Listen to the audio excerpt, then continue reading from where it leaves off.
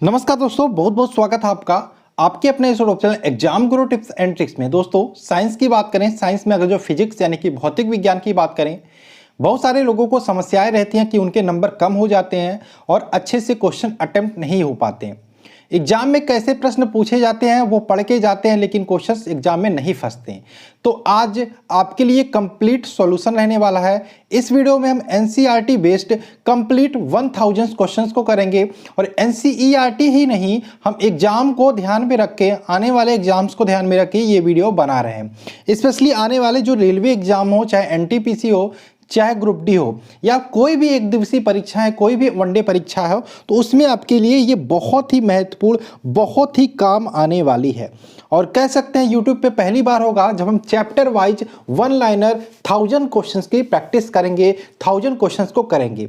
और अगर जो आप यहाँ पे आ गए हो, इस वीडियो को देख रहे हो, तो मैं आपसे एक रिक्वेस्ट करूंगा, एक निवेदन करूंगा, अगर जो आप सीरियस हो थोड़ा सा, तो ईयरफोन लगा के वीडियो को देखो। ईयरफोन लगा लोगे तो आपको फालतू चीजें नहीं सुनाई देंगी, सिर्फ मेरी वॉइस आप तक जाएगी, यानी कि जो भी मैं बोलूंगा, जो भी प्रश्न मैं बोलूंगा, वो सीधे आपके माइंड को टच करेगी। और अगर जो कुछ वीडियो को 2 से 3 बार आपने देख लिया तो ये आपका याद हो जाने वाला है।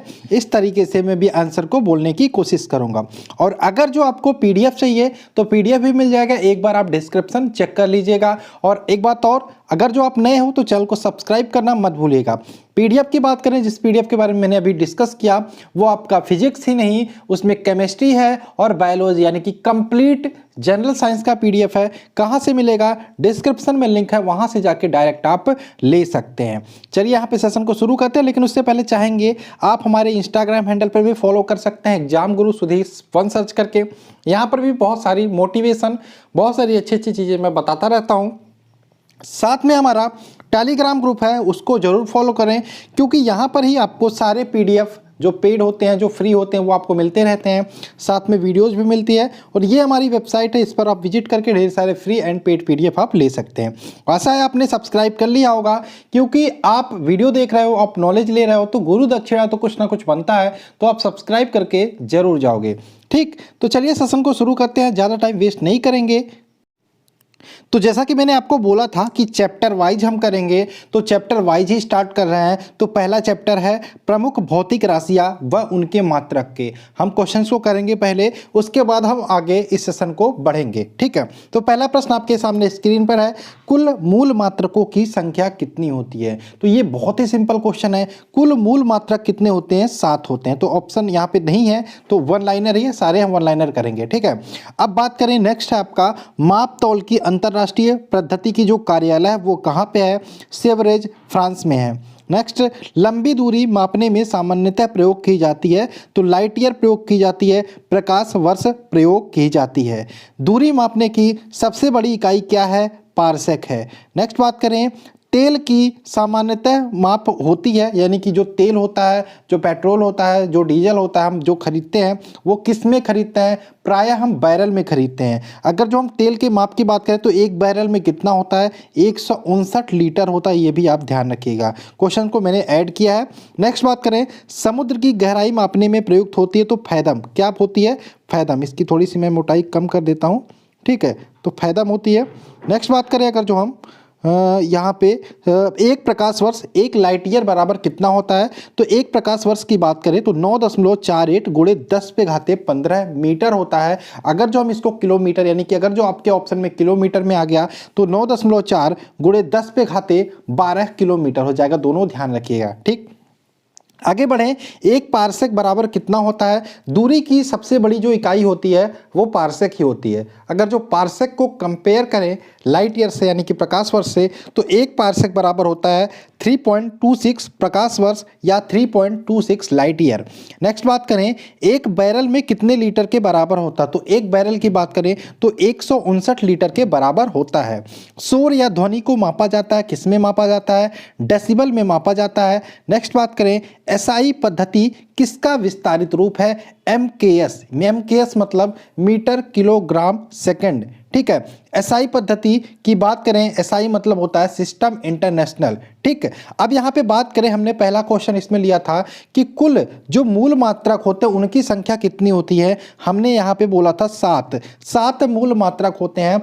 और कौन कौन से वो मूल मात्रक होते हैं ये भी जानना जरूरी है आपके लिए पहले चैप्टर में। तो यहाँ पे देख लेते हैं, एक तरफ हमने भौतिक राशियां लिखा है, एक तरफ उनके एसआई मात्रक लिखा है और एक तरफ संकेत लिखा है। देखो एमकेएस और सीजीएस बहुत सारी पद्धतियां थी। एक तो एफपीएस पद्धति थी, ठीक है, एमकेएस पद्धति थी जिसको मीटर किलोग्राम सेकंड बोलते थे, और उसके बाद एसआई पद्धति आई और उसके बाद एफपीएस पद्धति थी। एफपीएस यानी कि फुट पाउंड सेकंड, ठीक है, सीजीएस यानी कि सेंटीग्राम सेकंड। अब ये 3 पद्धतियां थी, अलग अलग कंट्री अलग अलग माप प्रयोग करते थे। तो सारे कंट्री ने मिलकर सोचा क्यों ना एक ऐसी पद्धति बनाया जाए जिसमें सारे देश लेन देन कर सकें। तो उन लोगों ने मिलकर बनाया एसआई पद्धति यानी कि सिस्टम इंटरनेशनल, ठीक है। तो एसआई वही मात्रक हम देखेंगे।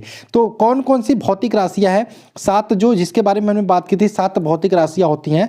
लंबाई, द्रव्यमान, समय, विद्युत धारा, ताप, ज्योति तीव्रता, पदार्थ की तीव्रता। इनके अक्सर यूनिट पूछे जाते हैं, तो इनको देख लीजिए। लंबाई का मात्रक होता है मीटर, द्रव्यमान का मात्रक होता है किलोग्राम, समय का मात्रक होता है सेकंड, विद्युत धारा का मात्रक होता है एम्पियर, ताप का मात्रक होता है केल्विन, ज्योति तीव्रता का मात्रक होता है कैंडेला, पदार्थ की मात्रा का मात्रक होता है मोल। अब इनके संकेत यहाँ पे दिए गए हैं, आप देख सकते हैं, ठीक है। फिर से हम एक बार बोलने की कोशिश करते हैं। लंबाई का मात्रक मीटर होता है, द्रव्यमान का मात्रक किलोग्राम होता है, समय का मात्रक सेकंड होता है, विद्युत धारा को एम्पियर में मापते हैं, ताप को केल्विन में, ज्योति तीव्रता को कैंडेला में, पदार्थ की मात्रा की बात करें इसको हम मोल में मापते हैं। आगे चलते हैं। अब हमने बात कर ली मूल मात्रक की। मूल मात्रक के अलावा भी 2 संपूरक मात्रक होते हैं। संपूरक मात्रक की बात करें तो 2 संपूरक जो मात्रक होते हैं, एक तो आपका समतल कोण होता है, एक तो आपका ठोस कोण होता है। समतल कोण की बात करें, इसका जो यूनिट होता है रेडियन होता है। ठोस कोण की बात करें, इसका जो यूनिट होता है, इसका जो मात्रक होता है स्टेरेडियन होता है। आगे चलते हैं। बार किस राशि का मात्रक है? तो बार वायुमंडलीय दाब का मात्रक है। हर्ट्ज किस राशि का मात्रक है? हर्ट्ज की बात करें, ये आवृत्ति या फ्रीक्वेंसी का मात्रक है। पास्कल किस राशि का मात्रक है? तो पास्कल हमारा द्रव दाब का मात्रक है। किलोवाट घंटा किस राशि का मात्रक है? तो किलोवाट घंटा की बात करें, ये ऊर्जा का मात्रक है। मानव शरीर के सामान्य टेम्परेचर की बात करें, मानव शरीर का सामान्य ताप की बात करें, तो तीनों यूनिट आपको ध्यान रखना है, यानी कि डिग्री सेल्सियस भी आपको ध्यान रखना है, केल्विन भी ध्यान रखना है, फारेनहाइट भी ध्यान रखना है। ध्यान रखिएगा 98.4 फारेनहाइट होता है मानव शरीर का सामान्य ताप, या फिर कह सकते हो 36.9 डिग्री सेल्सियस या फिर 37 डिग्री सेल्सियस आप याद रख सकते हो, ठीक है। 36.9 या फिर 37 लगभग में। अब बात करें केल्विन में कितना होता है? 310 केल्विन होता है मानव शरीर का सामान्य ताप। ये तीनों पैमाने मैंने दे दिए हैं। आगे अगर जो बात करें, डॉप्सन किसकी इकाई है? डॉप्सन है आपका ओजोन परत की इकाई है। नेक्स्ट बात करें, विद्युत प्रतिरोध की इकाई है, तो विद्युत प्रतिरोध की इकाई क्या है? ओम है। नेक्स्ट, कार्य व ऊर्जा का मात्रक क्या होता है? तो कार्य व ऊर्जा का मात्रक होता है जूल। आगे बात करें, ऊष्मा का मात्रक होता है, तो ऊष्मा के ये तीनों मात्रक आप याद रखिएगा, जूल, किलो जूल और कैलोरी, ठीक है। जूल, किलो जूल और कैलोरी। बल का मात्रक होता है, तो बल का मात्रक न्यूटन होता है। त्वरण का मात्रक होता है मीटर पर सेकंड स्क्वायर। शक्ति का मात्रक होता है जूल प्रति सेकंड या वाट। एक अश्व शक्ति के बराबर आपसे पूछे कितने वाट के बराबर तो एक अश्व शक्ति आपका होता है 746 वाट के बराबर होता है। लेंस की क्षमता की बात करें किस में मापी जाती है? तो डायोप्टर में मापी जाती है। आगे कुछ और यूनिट है, इनको देख लेते हैं। विद्युत धारा को हम एम्पियर में मापते हैं, विद्युत ऊर्जा को किलोवाट घंटा में मापते हैं, विद्युत प्रतिरोध को ओम में मापते हैं। ये सारे क्वेश्चन पूछे गए हैं, ध्यान रखिएगा। विद्युत आवेश की बात करें, कूलाम में मापते हैं। विद्युत विभव को वोल्ट में मापते हैं। विद्युत धारिता को फैराडे। विद्युत भूकंप की तीव्रता किससे मापते हैं? आप ध्यान रखिएगा, रिएक्टर पैमाने पर मापते हैं। यंत्र की बात करें तो सिस्मोग्राफ नामक यंत्र होता है, उससे मापते हैं। अगर जो आपसे पूछे 1 न्यूटन कितने डाइन के बराबर होता है, तो 1 न्यूटन 10⁵ डाइन के बराबर होता है। और 1 जूल में कितने अर्घ होते हैं? 1 जूल में 10⁻7 अर्घ होते हैं। अब हम आते हैं कुछ महत्वपूर्ण विमीय सूत्र को देख लेते हैं। विमीय सूत्र निकालना आपको आना चाहिए, यानी कि अगर जो आपको मात्रक याद है तो आप आसानी से विमीय सूत्र निकाल सकते हैं। ठीक है, खैर हम इसके बारे में डिस्कस नहीं करेंगे क्योंकि वीडियो थोड़ा लंबा हो जाएगा। हम सीधा विमीय सूत्र को देखते चलेंगे। क्षेत्रफल की बात करें, इसका लंबाई गुणे चौड़ाई होता है। एल लंबाई को एल से, चौड़ाई को भी हम जो यूनिट के हिसाब से देखो तो एल से ही डिनोट करेंगे, यानी कि क्षेत्रफल का जो यूनिट हो जाएगा एल स्क्वायर हो जाएगा। ठीक है, आयतन का विमा की बात हो रही है, एल स्क्वायर हो जाएगा। आयतन की विमा की बात करें, इसका एल क्यू होगा। वेग व चाल दोनों की विमा की बात करें समान होता है, तो एल टी पे पावर -1 वेग व चाल की विमा होती है। त्वरण की बात करें तो त्वरण कब होता है, एल टी पे पावर -2, यानी कि वेग परिवर्तन बटे समय त्वरण होता है। तो वेग परिवर्तन यानी कि यहाँ पे वेग की विमा आ जाएगी, समय नीचे आ जाएगा, समय जब ऊपर आएगा टी पे पावर -1 होगा, यानी कि टी पे पावर -1, टी पे पावर -1, टी पे पावर -2 हो जाएगा, यानी कि एल टी पे पावर -2 ये हो जाएगा। नेक्स्ट बात करें, बल का विमा कई बार पूछा गया है, तो एम एल टी पे पावर -2 होता है। नेक्स्ट बात करें, कार्य के विमा की बात करें तो एम एल स्क्वायर टी पे पावर -2 होता है। शक्ति के विमा की बात करें एम एल स्क्वायर टी पे पावर -3। घनत्व की विमा क्या होती है, एम एल पे पावर -3। कभी कभी अगर जो टी पे पावर -0 दे दे तो ये टी पे पावर 0 कुछ भी नहीं होता, अगर जो 0 दे दे तो वहाँ का मतलब वो है ही नहीं। ठीक है, वो आपको फंसाने के लिए एग्जामिनर दे देता है। अब बात करें गतिज ऊर्जा, स्थितिज ऊर्जा, बल आघूर्ण, तीनों की विमा समान होती है, एम एल स्क्वायर टी पे पावर -2 होता है। नेक्स्ट बात करें दाब का विमा एम एल पे पावर -1 टी पे पावर -2। प्रतिबल की विमा की बात करें एम एल पे पावर -1 टी पे पावर -2। विकृति की विमा की बात करें एल पे पावर 0, और पृष्ठ तनाव की बात करें एम टी पे पावर -2, और गुप्त ऊष्मा की बात करें एल स्क्वायर टी पे पावर -2 इसकी विमा होती है। आइए चले हम नेक्स्ट चैप्टर पे चलते हैं। गति यानी कि मोशन के चैप्टर को हम डिस्कस करेंगे यहाँ पे।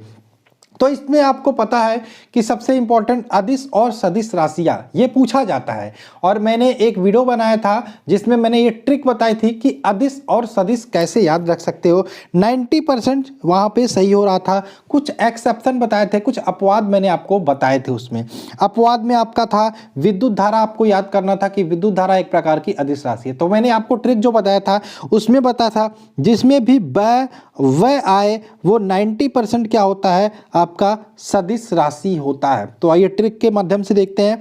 तो आपकी बात करें सदिश राशि की बात सबसे पहले हम देख लेते हैं। ठीक है, तो सदिश में देखिए वेग, विस्थापन, बल, त्वरण, संवेग, बल आघूर्ण, ये सारे क्या है सदिश राशि हैं, इसको ध्यान रखिएगा। अब बात करें अदिश राशियां, द्रव्यमान, देखिए द्रव्यमान और विद्युत धारा, ये सारा याद रखिएगा क्योंकि द्रव्यमान और विद्युत धारा में वह आ रहा है निकल के, लेकिन फिर भी अदिश राशि है, इसलिए इसको आप ध्यान रखिएगा। बाकी चाल, आयतन, कार्य, समय, ऊर्जा, दूरी, शक्ति, धारा, ताप, दाब, ये सारे आपकी अदिश राशियां हैं, इसको आप ट्रिक के माध्यम से याद रख सकते हो। ठीक, आगे बात करें भौतिकी के पिता, फिजिक्स के पिता किसको बोलते हैं, न्यूटन ने। न्यूटन ने जो गति विषयक तीनों नियम दिए थे उसको किस बुक में लिखा था, वो लिखा था प्रिंसिपिया नामक बुक में। आगे बात करें न्यूटन का प्रथम नियम क्या कहता है, तो ध्यान रखिएगा न्यूटन के प्रथम नियम को हम जड़त्व का नियम भी बोलते हैं। प्रथम नियम के हिसाब से बात करें, कोई वस्तु विराम अवस्था में है तो विराम अवस्था में रहने की कोशिश करेगी, और अगर जो कोई वस्तु गति की अवस्था में है तो वह गति की अवस्था में रहने की कोशिश करेगी जब तक उस पर कोई एक्सटर्नल फोर्स या बाह्य बल न लगाया जाए। और न्यूटन के प्रथम नियम को ही हम यहाँ पे गैलीलियो का नियम या जड़त्व का नियम भी बोलते हैं। आगे चलें, न्यूटन के किस नियम से हमें बल की परिभाषा मिलती है, जब भी ये क्वेश्चन पूछे तो ध्यान रखना न्यूटन के हमें प्रथम नियम से हमें बल की परिभाषा मिलती है। आगे चले, न्यूटन का द्वितीय नियम, न्यूटन का द्वितीय नियम F बराबर ma होता है, यानी कि बल बराबर द्रव्यमान गुणे त्वरण, ये वाला फॉर्मूला हमें न्यूटन के सेकंड लॉ से मिलता है। तो न्यूटन के सेकंड नियम की बात करें, किसी वस्तु पर कार्य करने वाले बल का मान वस्तु के द्रव्यमान तथा वस्तु में उत्पन्न त्वरण के गुणनफल के यहाँ पे बराबर होता है। ठीक है, आप देख सकते हैं बल बराबर द्रव्यमान गुणे त्वरण। नेक्स्ट बात करें, न्यूटन के कौन से नियम से क्रिया प्रतिक्रिया का नियम पता चलता है, न्यूटन के थर्ड लॉ या तृतीय नियम से हमें यह पता चलता है। नेक्स्ट बात करें अभिकेंद्र बल, ध्यान रखिएगा वृत्त सर्कुलर मोशन में अगर जो आप गति कर रहे हो तो आपका जो केंद्र की तरफ जो बल लगता है वो अभिकेंद्र बल होता है, और केंद्र से बाहर की तरफ जो बल लगता है उसे हम अपकेंद्रीय बल बोलते हैं। अभिकेंद्र बल की बात हो रही है जब कोई वस्तु किसी वृत्त के केंद्र की ओर वृत्ताकार मार्ग पर चलती है तो केंद्र की ओर एक बल कार्य करता है जिसे क्या बोलते हैं, अभिकेंद्रीय बल बोलते हैं। ये वाला फॉर्मूला याद रखिएगा, आपका न्यूमेरिकल लगाने में हेल्प होगा। F बराबर mv²/r। आगे बात करें, उत्तोलक के कितने बिंदु होते हैं? 3 बिंदु होते हैं, आलंब, आयाम और भार। आलंब को फुलक्रम बोलते हैं अंग्रेजी में, आयाम को एफर्ट बोलते हैं, भार को लोड बोलते हैं। उत्तोलक कितने प्रकार के होते हैं ये भी पता होगा, 3 प्रकार के, एक प्रथम प्रकार के उत्तोलक, द्वितीय प्रकार के उत्तोलक और तृतीय प्रकार के उत्तोलक। प्रथम श्रेणी के उत्तोलक के उदाहरण क्या क्या हैं? तो कैंची हो गया, पिलास हो गया, सिरासी हो गया, हैंडपंप हो गया, कील उखाड़ने की मशीन, साइकिल और ब्रेक की बात करें, ये सारे एग्जाम्पल्स जो आपके हैं प्रथम श्रेणी के उत्तोलक हैं। नेक्स्ट बात करें, प्रथम उत्तोलक में यांत्रिक लाभ होता है, जो मैकेनिकल एडवांटेज होता है वो कितना होता है? तो ध्यान रखिएगा, प्रथम प्रकार के उत्तोलक की जब भी बात करें इसमें यांत्रिक लाभ 1 भी हो सकता है, 1 से कम भी हो सकता है, 1 से ज़्यादा भी हो सकता है, 1 के बराबर भी हो सकता है, यानी कि ऑप्शन तो दिया नहीं है, छोड़ो जाने दो, ठीक है, ये याद रखिएगा। द्वितीय प्रकार के उत्तोलक के एग्जाम्पल पूछे तो सरौता हो गया, नींबू निचोड़ने की मशीन हो गया, एक पहिए की कूड़ा गाड़ी, ये सारे द्वितीय प्रकार के उत्तोलक के उदाहरण। ध्यान रखिएगा, इस वीडियो को हम एग्जाम के पर्पस से ही बना रहे हैं, बहुत ही इंपॉर्टेंट वीडियो है, और अगर जो आप यहाँ तक आ गए हो तो सब्सक्राइब कर लो और लाइक कर लो वीडियो को। नेक्स्ट बात करें, द्वितीय श्रेणी का यांत्रिक लाभ होता है सदैव 1 से अधिक। नेक्स्ट बात करें, तृतीय श्रेणी के उत्तोलक की बात करें तो चिमटा और मनुष्य का हाथ आदि ये एग्जाम्पल है तृतीय श्रेणी के उत्तोलक का, और तृतीय श्रेणी के उत्तोलक का यांत्रिक लाभ 1 से कम होता है। द्वितीय श्रेणी के उत्तोलक का यांत्रिक लाभ 1 से अधिक होता है, और प्रथम श्रेणी का 1 से बराबर 1 से कम हो सकता है। अब आते हैं नेक्स्ट क्वेश्चन पर, वेग परिवर्तन की दर को क्या बोलते हैं? तो वेग परिवर्तन की दर को त्वरण बोलते हैं। नेक्स्ट, क्षैतिज से किस कोण पर फेंकने पर वस्तु अधिकतम दूरी पर प्राप्त करेगी? तो 45 डिग्री। नेक्स्ट बात करें, किसी वायुयान से कोई वस्तु नीचे गिराने पर उसकी गति कैसी होगी? तो उसकी गति होगी प्रक्षेप्य गति। नेक्स्ट, वस्तु की स्थिति परिवर्तन को क्या कहते हैं? विस्थापन कहते हैं। घड़ी की सुई की गति कैसी होती है? तो घड़ी की सुई की गति की बात करें आवर्ती गति होती है। न्यूटन के फर्स्ट लॉ के कुछ एग्जाम्पल यहाँ पे देख लेते हैं। चलती हुई मोटर कार के अचानक रुकने पर उसमें बैठा यात्री आगे की ओर झुक जाता है। ये आपका कैसा जड़त्व का नियम है? या आपका गति के जड़त्व का नियम है, ठीक है, और प्रथम जो लॉ होता है उसका एग्जाम्पल है। नेक्स्ट, ठहरी मोटर के अचानक चलने पर, ये स्थिति जड़त्व का एग्जाम्पल है, और ये आपका न्यूटन के प्रथम लॉ पर डिपेंड करता है। नेक्स्ट बात करें, न्यूटन के तृतीय नियम का कुछ उदाहरण की बात करें तो बंदूक से चली गोली चलने पर पीछे की ओर धक्का लगता है, तो ये क्रिया प्रतिक्रिया का नियम होता है, न्यूटन का थर्ड लॉ। नेक्स्ट बात करें, किसी व्यक्ति के किनारे लगी नाव से कूदना। जब आप नाव से कूदते हो तो नाव भी आपकी तरफ धक्का लगाता है और आप भी नाव की तरफ धक्का लगाते हो, तो ये भी आपका न्यूटन के थर्ड लॉ का नियम का पालन करता है। नेक्स्ट बात करें, ग्रहों के तारों के चारों ओर चक्कर लगाना या किसी साइकिल या वाहन का मुड़ना, मौत के कुएं में मोटरसाइकिल का चलना, ये कैसे संभव है? तो ये संभव है अभिकेंद्रीय बल के कारण। नेक्स्ट बात करें, मथनी व दूध से मक्खन निकालने की मशीन कार्य करती है, तो ये अपकेंद्रीय बल के सिद्धांत पर कार्य करती है। आगे चले, नेक्स्ट चैप्टर हमारा है कार्य, ऊर्जा और शक्ति, यानी कि वर्क, एनर्जी एंड पावर। तो इसमें बात कर लेते हैं ऊर्जा। ऊर्जा किसे कहते हैं? तो किसी वस्तु के कार्य करने की क्षमता को उस वस्तु की ऊर्जा कहते हैं। ऊर्जा का एसआई मात्रक क्या होता है? ऊर्जा का एसआई मात्रक जूल होता है। आते हैं नेक्स्ट, गति ऊर्जा की बात करें तो इसका समीकरण आप लोग ध्यान रखिएगा, न्यूमेरिकल लगाने में आपको हेल्पफुल होगा। तो गतिज ऊर्जा की बात करें, किसी वस्तु में गति के कारण जो ऊर्जा होती है उसको गतिज ऊर्जा कहते हैं। काइनेटिक एनर्जी यानी कि गतिज ऊर्जा बराबर हाफ mv², जहाँ पे m द्रव्यमान होता है, v आपका l वेलोसिटी यानी कि वेग होता है। वहीं पे स्थिति के कारण जो ऊर्जा लगती है उसे स्थितिज ऊर्जा कहते हैं। पोटेंशियल एनर्जी बराबर mgh होता है। यहाँ पे बात करें संवेग व गतिज ऊर्जा में संबंध यहाँ पे पूछा जा सकता है, तो यहाँ पे ध्यान रखिएगा संवेग व गतिज ऊर्जा में संबंध पूछे तो काइनेटिक एनर्जी बराबर p²/2m होता है, जहाँ पे p बराबर mv होता है, ये आप ध्यान रखिएगा। नेक्स्ट बात करें संवेग को दोगुना करने पर गतिज ऊर्जा हो जाएगी, तो संवेग को जब भी आप दोगुना करेंगे तो गतिज ऊर्जा हमेशा हो जाएगी 4 गुनी। नेक्स्ट बात करें शक्ति। शक्ति किसे कहते हैं? तो कार्य करने की दर को ही हम शक्ति बोलते हैं। शक्ति बराबर कार्य बटे समय होता है या W/T, और इसकी यूनिट होती है जूल पर सेकंड या वाट होता है। नेक्स्ट बात करें 1 किलोवाट में कितने वाट के बराबर होता है? तो 1 किलोवाट 1000 वाट के बराबर होता है। 1 मेगावाट की बात करें ये 10⁶ वाट के बराबर होता है, और एक अश्व शक्ति इसको हम देख ही चुके हैं 746 वाट के बराबर होता है।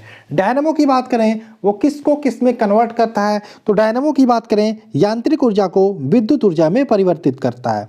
सोलर सेल की बात करें यह सौर ऊर्जा को विद्युत ऊर्जा में रूपांतरित करता है। माइक्रोफोन की बात करें यह ध्वनि ऊर्जा को विद्युत ऊर्जा में रूपांतरित करता है।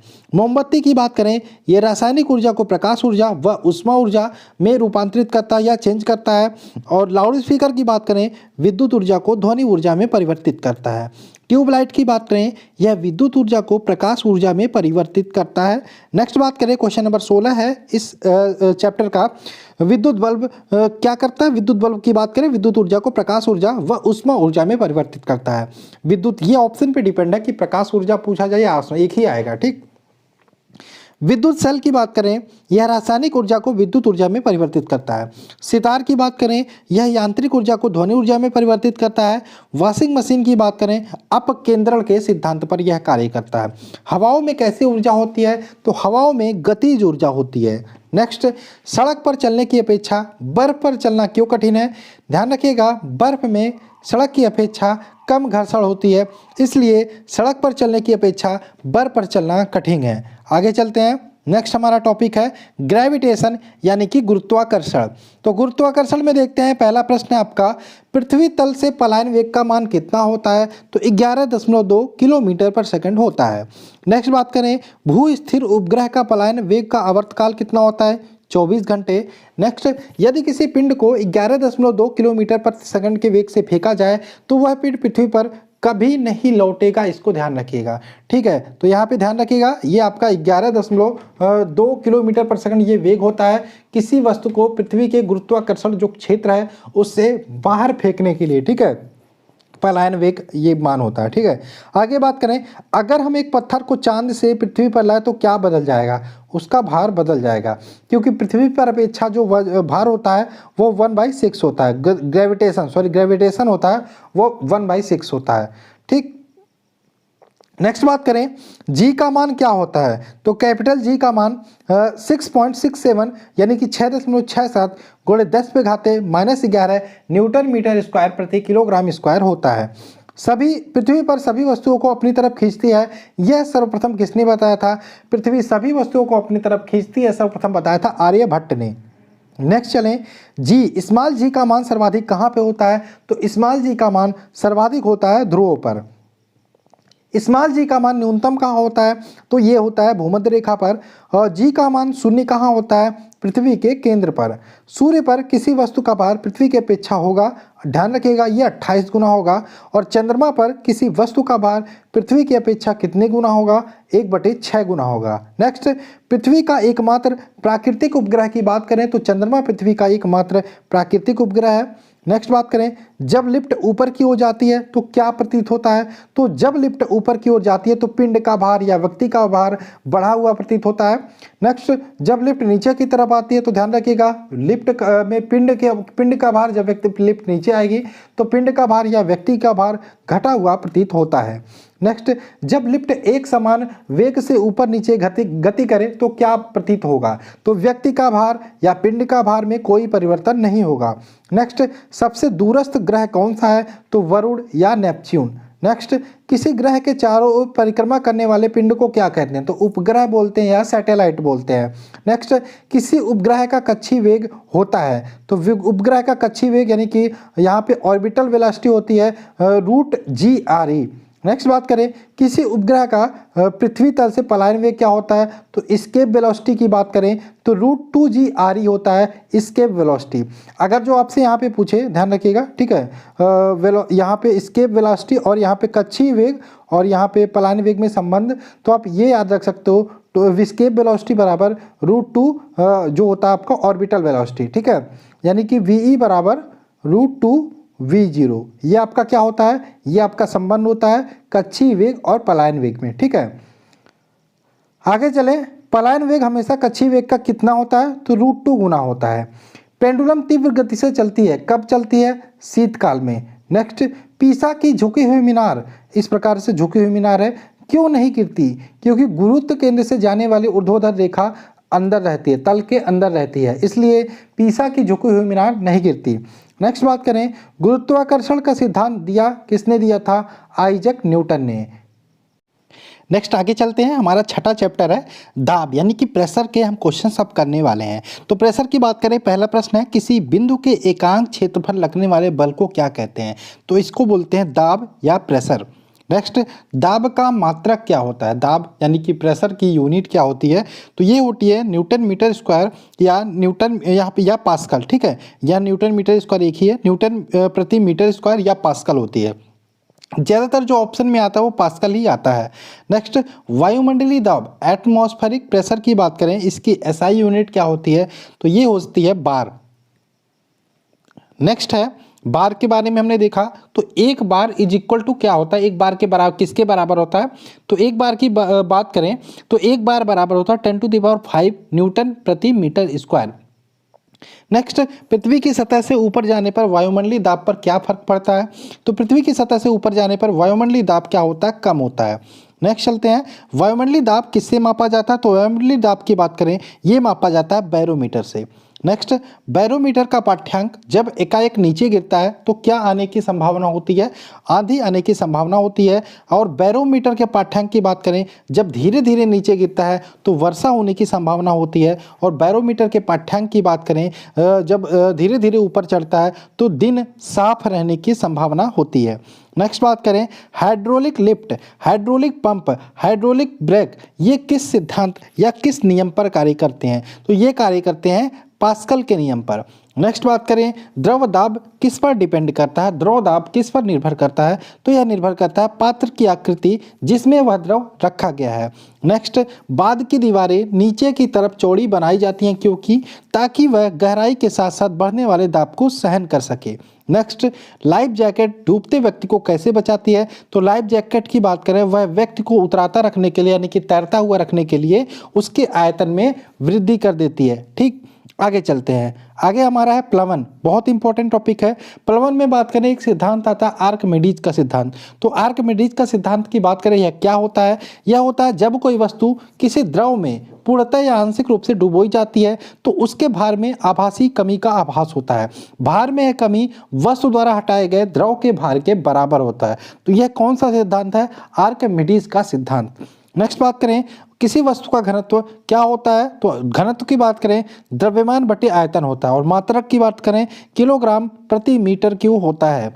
नेक्स्ट, आपेक्षिक घनत्व मापा जाता है, तो आपेक्षिक घनत्व किससे मापा जाता है, हाइड्रोमीटर से मापा जाता है। नेक्स्ट, आपेक्षिक घनत्व का मात्रक क्या होता है, तो आपेक्षिक घनत्व की बात करें यह एक अनुपात होता है और इसका कोई मात्रक नहीं होता। नेक्स्ट, सामान्य जल की अपेक्षा समुद्री जल में तैरना क्यों आसान होता है, क्योंकि समुद्री जल का घनत्व अधिक होता है। नेक्स्ट, जब बर्फ समुद्र में तैरती है तो इसका कितना भाग ऊपर दिखाई देता है, ध्यान रखिएगा जब बर्फ तैरती है तो यहाँ पे अगर जो वाटर है तो सिर्फ एक भाग ऊपर दिखाई देता है, उसका लगभग 9 भाग नीचे दिखाई देता है, यानी कि 1/10 भाग आपका ऊपर दिखाई देता है। नेक्स्ट बात करें, दूध की शुद्धता मापी जाती है, तो लैक्टोमीटर से, जिसको दुग्ध मापी भी बोलते हैं, इससे दूध की शुद्धता मापी जाती है। नेक्स्ट, किसी बर्तन में पानी भरा है, उस पर बर्फ तैर रही है, जब बर्फ पूरी तरह से पिघल जाएगी तो पात्र में पानी के जो तल है उस पर क्या प्रभाव पड़ेगा, पहले के समान ही रहेगा, यानी कि कोई फर्क नहीं पड़ेगा। नेक्स्ट, वायुयान या फुहारा किस सिद्धांत पर कार्य करता है, तो वायुयान या फुहारा की बात करें ये बर्नौली के सिद्धांत पर कार्य करता है। नेक्स्ट, बादलों का वायुमंडल में तैरने का क्या कारण है, तो उसका घनत्व हवा के घनत्व से कम होता है। नेक्स्ट बात करें, प्लवन सिद्धांत की खोज किसने की थी, तो प्लवन सिद्धांत की खोज की थी आर्किमिडीज ने। नेक्स्ट चलते हैं, सरफेस टेंशन और पृष्ठ तनाव के कुछ क्वेश्चंस को हम देखते हैं। एक ही पदार्थ के अणुओं के बीच लगने वाले आकर्षण बल को क्या कहते हैं, तो इसको बोलते हैं ससंजक बल। दो भिन्न भिन्न पदार्थों के बीच लगने वाले आकर्षण बल को क्या कहते हैं, आसंजक बल। नेक्स्ट, पृष्ठ तनाव का मात्रक क्या होता है? तो पृष्ठ तनाव का मात्रक होता है न्यूटन मीटर। द्रव का ताप बढ़ाने से पृष्ठ तनाव पर क्या फर्क पड़ता है? बढ़ता है। नेक्स्ट, लैंटेन या लैंप की बत्ती में तेल ऊपर चढ़ता है, किसके कारण? केशिकातों के कारण। नेक्स्ट, पतली सुई पानी की सतह पर तैरती है, किसके कारण? पृष्ठ तनाव के कारण। नेक्स्ट बात करें, ब्लॉटिंग पेपर किस सिद्धांत पर कार्य करता है? ब्लॉटिंग पेपर की बात करें, यह केशिकातों के सिद्धांत पर कार्य करता है। नेक्स्ट, केशनली में द्रव के उतार चढ़ाव को क्या कहते हैं? तो केशनली में द्रव के उतार चढ़ाव को केशिकातों बोलते हैं। नेक्स्ट, पेड़ पौधों की तनों, शाखाओं व पत्तियों में जल पहुंचता है, किसके कारण? तो ये पहुंचता है केशिकातों के कारण। नेक्स्ट बात करें, पानी में मिट्टी का तेल डालने से मच्छर क्यों नहीं होते? ध्यान रखना, पानी की सतह पर जो मच्छर के लार्वा होते हैं वो तैरते रहते हैं, और जैसे ही मिट्टी का तेल डालते हैं जल का पृष्ठ तनाव कम हो जाता है और वो जल लार्वा होते हैं वो डूबकर मर जाते हैं, जिससे पानी में मच्छर नहीं पैदा होते हैं। नेक्स्ट बात करें, वायुयान में बैठे यात्री के फाउंटेन पेन से स्याही रिसने लगती है, क्यों? क्योंकि ऊपर वायुदाब कम होता है, इसीलिए जब भी वायुयान में बैठते हैं तो फाउंटेन पेन नहीं लेके जाते। नेक्स्ट बात करें, वर्षा की बूंदों के गोल होने का क्या कारण है? तो इसका भी कारण पृष्ठ तनाव यानी कि सरफेस टेंशन है। नेक्स्ट बात करें, जल तेल की सतह पर फैल जाती है क्योंकि तेल का तल तनाव पानी से कम होता है। नेक्स्ट बात करें आगे, श्यानता यानी कि विस्कोसिटी वाले चैप्टर को डिस्कस कर लेते हैं। तो इसमें बात करें, पहला प्रश्न है, किसी द्रव या गैस की दो क्रमागत परतों के बीच उसके आपेक्षिक गति का विरोध करने वाले घर्षण बल को क्या कहते हैं? इसको बोलते हैं श्यान बल। नेक्स्ट, श्यानता का गुण है केवल द्रव तथा गैस का गुण है। नेक्स्ट, द्रवों में श्यानता होती है, तो द्रवों में श्यानता की बात करें, अणुओं में लगने वाले संसंजन बल के कारण श्यानता होती है। नेक्स्ट, गैसों में श्यानता होती है, तो गैसों में एक परत की दूसरी परत के अणुओं के स्थानांतरण के कारण इसमें श्यानता होती है। नेक्स्ट, एक आदर्श तरल की श्यानता होती है 0। आगे चले, ताप बढ़ने पर द्रवों की श्यानता पर क्या प्रभाव पड़ता है? श्यानता घट जाती है। ताप बढ़ने पर गैसों की श्यानता पर क्या प्रभाव पड़ती है? श्यानता बढ़ जाती है। नेक्स्ट, धारा रेखी प्रवाह के महत्तम गति को कहते हैं क्रांतिक वेग, और अत्यधिक शीत में मशीनों के पुर्जे जाम होने लगते हैं, इसका क्या कारण होता है? तो स्नेहक की श्यानता बढ़ जाती है। आगे चले, सरल आवर्त गति यानी कि सिंपल हार्मोनिक मोशन की बात कर लेते हैं।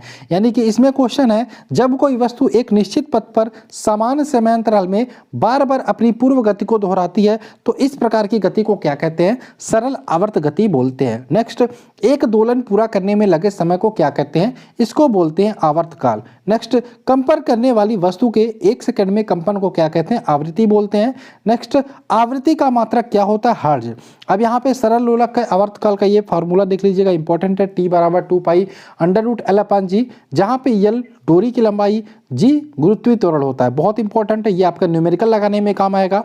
नेक्स्ट, यदि किसी लोलक घड़ी को उपग्रह पर ले जाए तो क्या होगा? तो घड़ी क्या होगी? बंद हो जाएगी, क्योंकि भारहीनता के कारण यानी कि G = 0 होने के कारण घड़ी का आवर्तकाल T अनंत हो जाएगा। ठीक, आगे चले, डोरी की लंबाई बढ़ने से उसके आवर्तकाल पर क्या प्रभाव पड़ेगा? आवर्तकाल बढ़ जाएगा। नेक्स्ट बात करें, यदि कोई लड़की झूला झूलते झूलते खड़ी हो जाए तो उसका आवर्तकाल पर क्या प्रभाव पड़ेगा? आवर्तकाल घट जाएगा।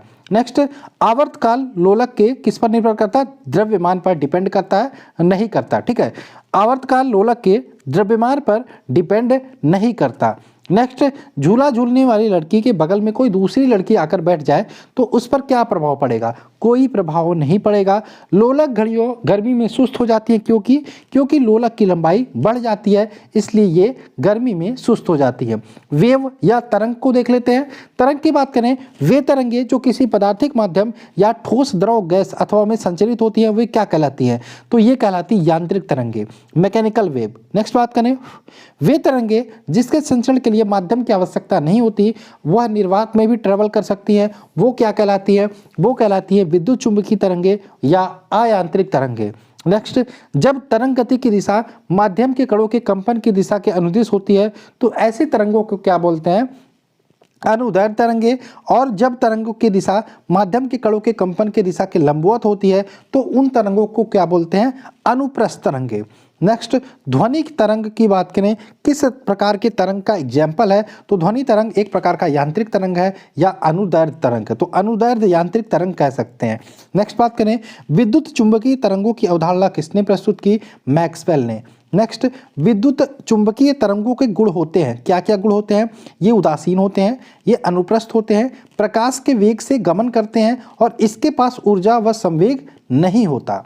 नेक्स्ट बात करें आयाम। आयाम क्या होता है? तो आयाम की बात करें, दोलन करने वाली वस्तु अपनी साम्य स्थिति के इधर उधर जितनी अधिक दूरी तय करती है वह वस्तु का दोलन का आयाम कहलाती है। ठीक, आयाम क्लियर हो गया। नेक्स्ट, तरंगों में तरंग चाल, तरंग दैर्ध्य व आवृत्ति, यानी कि तरंग की चाल, तरंग दैर्ध्य, आवृत्ति के बीच संबंध को दर्शाती है। तो ध्यान रखिएगा v बराबर एन लैम्डा, यानी कि v आपका तरंग का चाल है, n आवृत्ति है, लैम्डा तरंग दैर्ध्य, यानी कि ये कह सकते हैं अगर जो आपसे पूछे तरंग चाल, आवृत्ति और तरंग दैर्ध्य के बीच संबंध बताओ तो v बराबर एन लैम्डा होता है। नेक्स्ट, कैथोड किरणें, कैनाल किरणें, अल्फा किरणें, बीटा किरणें, ध्वनि तरंगे, पराश्रव्य तरंगे। तो एक प्रकार का ध्यान रखिएगा, ये विद्युत चुंबकीय तरंगे नहीं है, तो इसको आप ध्यान रखिएगा। नेक्स्ट, गामा किरणों की खोज किसने की थी? हेनरी बैकुरल ने। नेक्स्ट, गामा किरणें का उपयोग कहाँ किया जाता है? तो नाभिकीय अभिक्रिया व कृत्रिम रेडियोधर्मिता में। नेक्स्ट बात करें, एक्स किरणों की खोज किसने की थी? तो रॉन्टजन ने एक्स किरणों की खोज की थी, पूरा नाम है कॉनराड रॉन्टजन। नेक्स्ट, एक्स किरणों का उपयोग कहाँ होता है? तो चिकित्सा व औद्योगिक क्षेत्रों में एक्स किरणों का उपयोग होता है। रेडियो तथा टेलीविजन में उपयोग करते हैं दीर्घ रेडियो तरंगों को। दृश्य किरणों की खोज किसने की? न्यूटन ने। अवरक्त किरणों की खोज किसने की थी? हर्शल ने। ऐसी तरंगे जिनका ध्रुवीकरण नहीं होता कहलाती हैं अनुदैर्ध्य तरंगे। भूकंप के समय कौन सी तरंगे निकलती हैं? तो अपश्रव्य तरंगे निकलती हैं। रडार पर शत्रु के वायुयान का पता लगाया जाता है रेडियो तरंगों द्वारा। और सिटी स्कैन की बात करें के लिए प्रयुक्त तरंगे हैं एक्सरेज।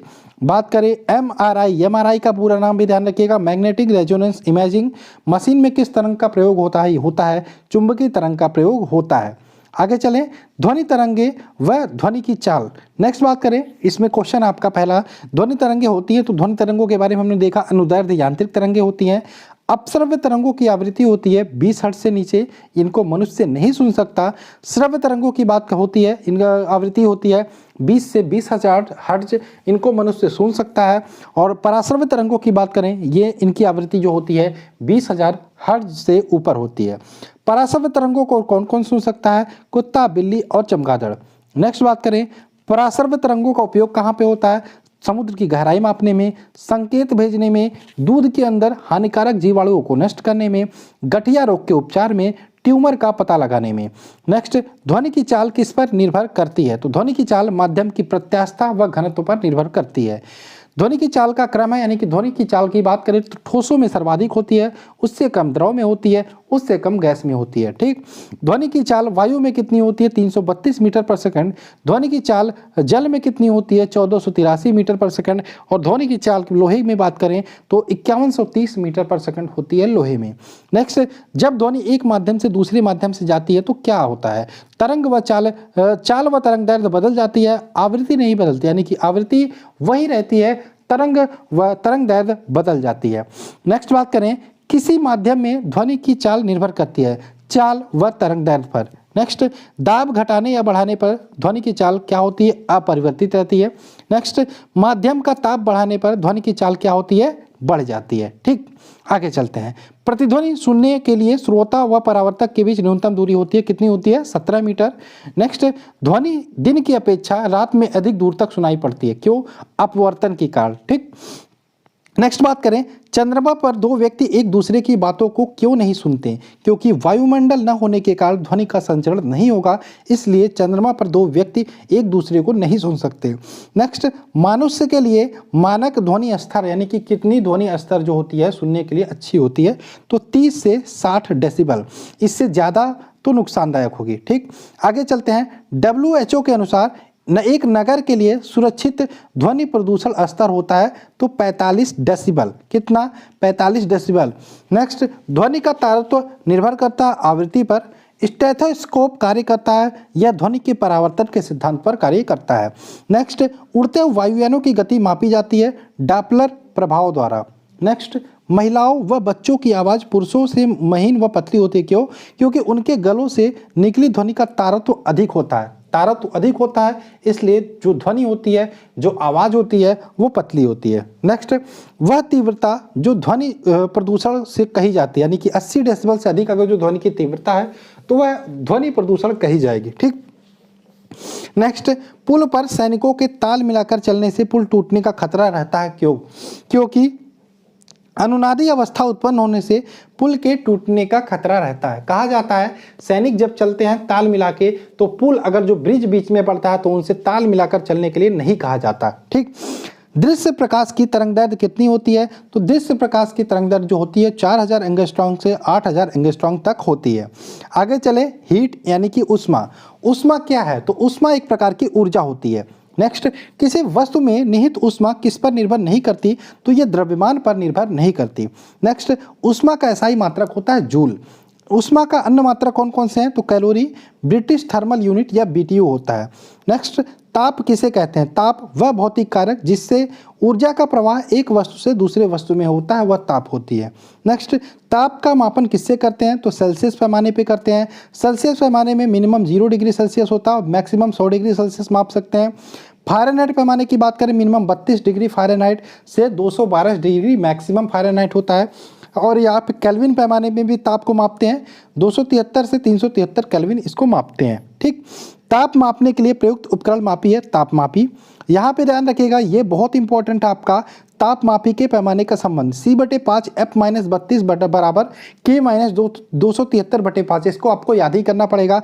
अगर जो आपसे C दे दे, आपको फ़ारेनहाइट पैमाने पे कन्वर्ट करने के पूछो, कन्वर्ट करने के लिए कहे तो आप इसका यूज करके कर सकते हो, C यहाँ पे पुटअप कर दोगे। या F दे दे, आपसे कहे सेल्सियस पैमाने पे बताओ तो F यहाँ पे पुटअप कर दो। आपसे केल्विन पैमाने पे पूछे, आपको C दे दे तो आप इसका यूज करके निकाल सकते हो। ठीक, बहुत इंपॉर्टेंट है। C/5 F-32/9 बराबर K-273/5।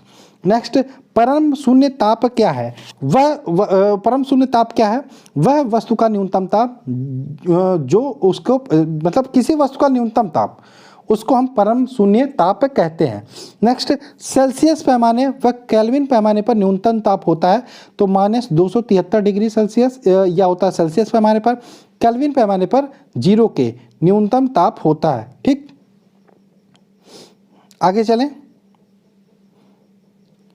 पारा किस ताप पर जमता है? तो पारे की बात करें -39 डिग्री सेल्सियस पर जम जाता है। ठीक है, और इससे नीचे अगर जो ताप को ज्ञात करना तो पारा तापमापी का उपयोग हम नहीं करेंगे, अल्कोहल तापमापी का उपयोग करते हैं। पारा थर्मामीटर का आविष्कार किसने किया था? फ़ारेनहाइट ने। नेक्स्ट, पूर्ण विकिरण तापमापी से क्या मापा जाता है? दूर स्थित वस्तु का ताप, सूर्य व तारों का ताप। ठीक है, कह सकते हैं दूर स्थित वस्तु का ताप नापा जाता है पूर्ण विकिरण तापमापी से। नेक्स्ट बात करें, विशिष्ट उष्मा क्या होती है? किसी 1 ग्राम पदार्थ का ताप 1 डिग्री सेंटीग्रेड बढ़ाने या घटाने में जो उष्मा देनी व लेनी पड़ती है, उस उष्मा को विशिष्ट उष्मा हम कहते हैं। नेक्स्ट, विशिष्ट उष्मा व्यक्त किया जाता है किसमें? कैलोरी में। नेक्स्ट, किसकी उष्माधारिता विशिष्ट उष्मा सबसे अधिक होती है? जल की। आगे चलें, विशिष्ट उष्मा का एसआई मात्रक होता है जूल या किलोग्राम केल्विन। ठीक है, आगे बात करें, ठोस को गर्म करने पर उसमें उष्मीय प्रसार होता है सभी दिशाओं में। नेक्स्ट, द्रव को गर्म करने पर उष्मीय प्रसार हो तो आयतन में प्रसार अधिक होता है जिसके कारण घनत्व घट जाता है। ठीक है, द्रव को गर्म करने पर उष्मीय प्रसार हो तो क्या होता है? तब आयतन में प्रसार अधिक होता है जिसके कारण जल का घनत्व घट जाता है। नेक्स्ट, जल में असामान्य प्रसार होने पर प्रायः सभी द्रव गर्म करने पर आयतन में बढ़ते हैं, परंतु ध्यान रखिएगा द्रव की जब भी बात हो तो गर्म करने पर आयतन में बढ़ते हैं, परंतु जल की बात करें जब 0 से 4 डिग्री सेंटीग्रेड तक गर्म करते हैं तो आयतन में घटता है, लेकिन 4 डिग्री सेंटीग्रेड के पास जैसे ही गर्म होता है वो आयतन में बढ़ना शुरू कर देता है। अतः जल के घनत्व की बात करें 4 डिग्री सेंटीग्रेड पर अधिकतम होता है। ये क्वेश्चन पूछा जाता है, जल का घनत्व अधिकतम होता है 4 डिग्री सेंटीग्रेड पर। नेक्स्ट बात करें, उष्मा संचरण की कितनी विधियाँ? 3 विधियाँ हैं, चालन, संवहन और विकिरण। नेक्स्ट बात करें, चालन में उष्मा का संचरण कैसे होता है? तो चालन में इसमें उष्मा एक स्थान से दूसरे स्थान तक पदार्थ के कणों को अपना स्थान को परिवर्तित किए बिना पहुंचती है। ठीक, नेक्स्ट बात करें, ठोसों में उष्मा संचरण कैसे होता है? तो ठोसों में जो उष्मा का संचरण होता है वो चालन विधि द्वारा होता है। नेक्स्ट बात करें संवहन, इसमें ऊष्मा का संचरण पदार्थ के कणों के स्थानांतरण के कारण होता है। तो चालन में स्थानांतरण नहीं होता, फिर भी संचरण होता है, लेकिन जो संवहन विधि होती है उसमें ऊष्मा का संचरण होता है। ठीक, ऊष्मा का संचरण पदार्थों के कणों के स्थानांतरण के कारण होता है। नेक्स्ट बात करें गैसें तथा द्रवों में ऊष्मा का संचरण कैसे होता है? संवहन विधि के द्वारा। विकर्ण विधि की बात करें उसमें ऊष्मा संचरण के लिए माध्यम की आवश्यकता नहीं होती। अब बात करें नेक्स्ट, आपेक्षिक आर्द्रता मापी जाती है हाइग्रोमीटर से। गुप्त ऊष्मा का SI मात्रक होता है जूल प्रति किलोग्राम। मनुष्य के शरीर का सामान्य ताप, इसको हम कर चुके हैं, 37 degree Celsius 310 kelvin 98.4 Fahrenheit. Next, Celsius व फ़ारेनहाइट पैमाने पर किस ताप का बिंदु पर समान होते हैं? तो सेल्सियस और फ़ारेनहाइट पैमाने पर -40 डिग्री सेंटीग्रेड जो होता है वो दोनों समान होते हैं। भाप से अधिक हाथ जलता है अपेक्षाकृत उबले हुए जल से, क्योंकि भाप की जो गुप्त ऊष्मा होती है वो अधिक होती है। नेक्स्ट बात करें रेफ्रिजरेटर में खाद्य पदार्थ खाना ताज़ा अधिक समय तक सुरक्षित रखा जा सकता है 4 डिग्री सेंटीग्रेड पर। नेक्स्ट, जब बर्फ़ पिघलती है तो क्या होता है? आयतन घटता है। नेक्स्ट, जब पानी में नमक मिलाते हैं तो क्या होता है? क्वथनांक बढ़ जाता है, वह जमाव बिंदु क्या होता है? घट जाता है। आप देखते होंगे जो बर्फ़ की सिल्ली होती है उस पर नमक भी लगा दिया जिससे वो कम धीरे धीरे या जल्दी ना गले। नेक्स्ट, पसीने का मुख्य उपयोग क्या है? तो पसीने का मुख्य उपयोग ये शरीर के ताप को नियंत्रित करते हैं। नेक्स्ट, कमरे में रखे रेफ्रिजरेटर का दरवाज़ा खोल दे तो कमरा थोड़ा गर्म हो जाएगा। कुछ लोग सोचते हैं कि ठंडा हो जाएगा, नहीं, कमरा थोड़ा गर्म हो जाएगा। नेक्स्ट, मिट्टी के घड़े में जल ठंडा रहता है वाष्पीकरण के कारण। नेक्स्ट, कौन सी धातु साधारण ताप पर द्रव अवस्था में रहती है? तो पारा या Hg। नेक्स्ट, गर्मियों में सफ़ेद कपड़े पहनना क्यों आरामदायक होता है? क्योंकि सफ़ेद कपड़े ऊष्मा का अधिकांश भाग परावर्तित कर देते हैं। नेक्स्ट, ऊष्मागतिकी का प्रथम नियम है ऊर्जा संरक्षण का नियम। सूर्य की गर्मी पृथ्वी तक पहुंचती है विकिरण द्वारा। नेक्स्ट, परावर्तन, अपवर्तन व पूर्ण आर्थिक परावर्तन की बात करें, इसमें कौन सी युक्ति प्राकृतिक घटना है? तो ध्यान रखना इन तीनों की घटनाएं जब होती हैं तो आकाश में इंद्रधनुष बनता है। जल की विशिष्ट ऊष्मा कितनी होती है? 4.18 जूल प्रति ग्राम डिग्री सेल्सियस या 1 कैलोरी प्रति ग्राम डिग्री सेल्सियस कह सकते हो। आगे चलें, प्रकाश। प्रकाश को हम कर लेते हैं यहाँ पे। तो प्रकाश की बात करें, प्रकाश क्या है और वह कैसे संचरित होती है? तो प्रकाश की बात करें, प्रकाश एक प्रकार का ऊर्जा का ही रूप है जो विद्युत चुंबकीय तरंगों के रूप में संचरित होती है। तो प्रकाश कैसे संचरित होती है? तो विद्युत चुंबकीय तरंगों के रूप में संचरित होती है, इसको आप ध्यान रखिएगा। नेक्स्ट बात करें, प्रकाश का तरंगदैर्घ्य होता है। तो प्रकाश के तरंगदैर्घ्य की बात करें 3900 एंगस्ट्रॉम से 7800 एंगस्ट्रॉम के बीच होता है। वायु व निर्वात में प्रकाश की चाल होती है तो 3 × 10⁸ मीटर पर सेकंड। नेक्स्ट, सूर्य से पृथ्वी तक प्रकाश को आने में कितना समय लगता है? सूर्य से पृथ्वी तक प्रकाश को आने में 8 मिनट 16 सेकंड लगते हैं। प्रकाश के वेग की गणना सर्वप्रथम किसने की थी? रोमन ने की थी। नेक्स्ट बात करें, चंद्रमा के परावर्तित प्रकाश को पृथ्वी तक आने में कितना समय लगता है? 1.28 सेकंड। चंद्रमा को 1.28 सेकंड लगता है और सूर्य को बात करें, सूर्य के प्रकाश को पृथ्वी तक आने में 8 मिनट 16 सेकंड का समय लगता है। नेक्स्ट, वे वस्तुएं जो स्वयं के प्रकाश से प्रकाशित होती हैं वो क्या कहलाती हैं? प्रदीप्त वस्तुएं। और वे वस्तुएं जिनका स्वयं का प्रकाश नहीं होता, उन पर प्रकाश डालने पर वे प्रकाशित होते हैं या दिखाई देते हैं, वे कहलाती हैं अप्रदीप्त वस्तुएं। आकाश का रंग नीला दिखाई देता है किसके कारण? प्रकाश के प्रकीर्णन के कारण। नेक्स्ट बात करें, किस रंग का प्रकीर्णन सबसे अधिक होती है? तो बैंगनी रंग का प्रकीर्णन की बात करें सबसे अधिक होता है। नेक्स्ट, अंतरिक्ष व चांद से आकाश काला दिखाई देता, क्यों? क्योंकि प्रकीर्णन के कारण। नेक्स्ट बात करें, तारों का टिमटिमाना एवं वास्तविक दूरी से अधिक दूरी तक दिखाई देना किसका कारण है? तो अपवर्तन का कारण है। नेक्स्ट बात करें, जल के तल में पड़े सिक्के का अपने वास्तविक गहराई से ऊपर दिखना किसके कारण होता है? अपवर्तन के कारण। नेक्स्ट बात करें, मृग मरीचिका का बनना किसके कारण संभव है? ये होता है पूर्ण आंतरिक परावर्तन के कारण। नेक्स्ट बात करें, हीरे का चमकना व प्रकाश तंतु का कार्य करना किसका उदाहरण है? प्रकाश तंतु यानी कि ऑप्टिकल फाइबर की बात हो रही है, तो ये होता है प्रकाश के पूर्ण आंतरिक परावर्तन के कारण। नेक्स्ट, सुबह शाम सूर्य का लाल दिखाई देना किसका कारण है? प्रकीर्णन के कारण होता है। नेक्स्ट, पानी की सतह पर मिट्टी का तेल डालने पर उसका रंगीन दिखना किसके कारण होता है? ये होता है व्यतिकरण के कारण। नेक्स्ट बात करें, पानी में पड़ी छड़ हमें टेढ़ी दिखाई देती, क्यों? अपवर्तन के कारण। नेक्स्ट, दर्पण की एक सतह पर कलई होती है।